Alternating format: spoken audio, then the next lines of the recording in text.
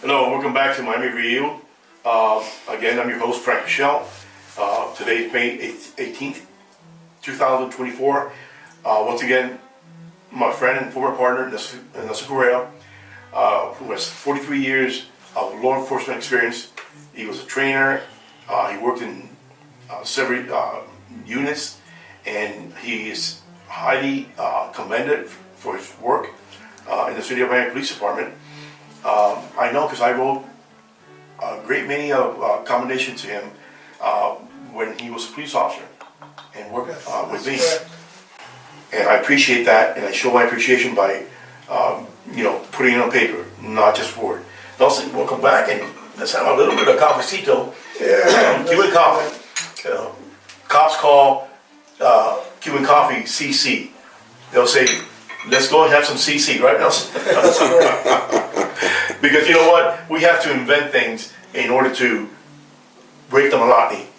Okay? So anyways, God bless you, and here's to you.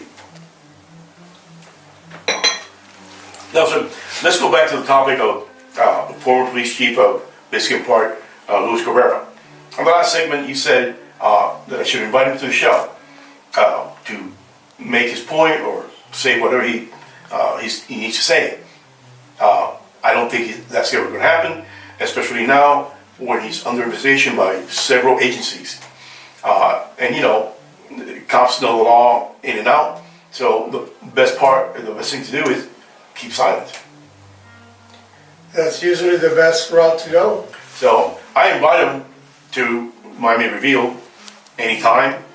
If he doesn't want to come to the studio, we'll go to him. Everything will be impartial.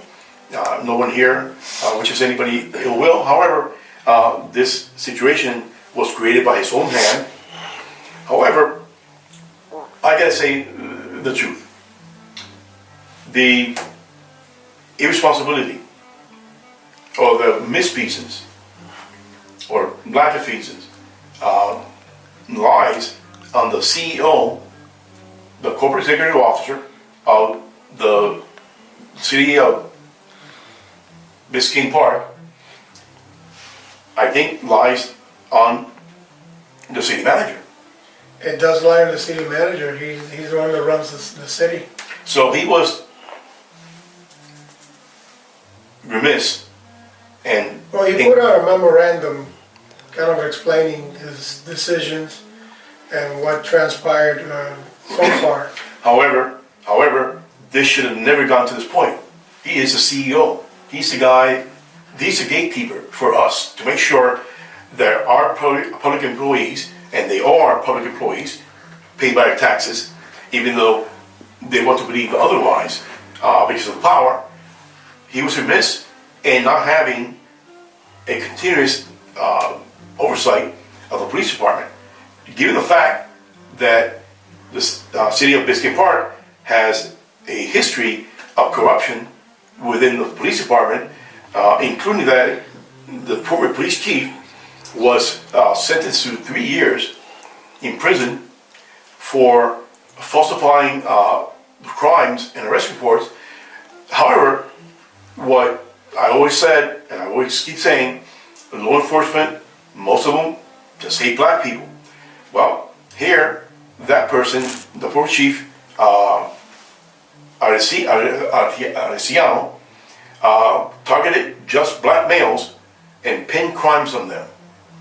That is atrocious. In 2024, we're still doing the same thing they did back in the 50s and 60s. Yeah, that's really sad to see that. Did you see any abuse like that while you were there? No, I didn't see that. Good. You're lucky for that. But now, Nelson, the new article came out, and the city manager, again, I believe that a lot of the responsibility lies on him, in his office. Again, he was remiss by not overseeing the conduct of the police chief.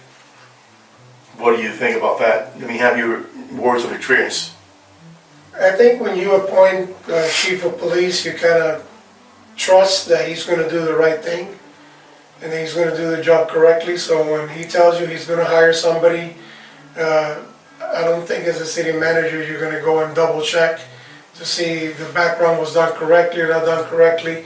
You gotta trust your staff members that they did the right thing. I agree with you, Nelson, but, you know, you can delegate everything. But, again, his position as the CEO, corporate executive My officer, question here is, who blew the whistle on Luis Cabrera? well, Where did this come about? Why did it come about? but again, I venture to say on the previous shows, that with my friends, there's going to be allegations and accusations of sexual harassment, and because of my witnessing and experiencing the conduct of Mr. Cabrera throughout the years. Okay. Well, I think it's time for another break.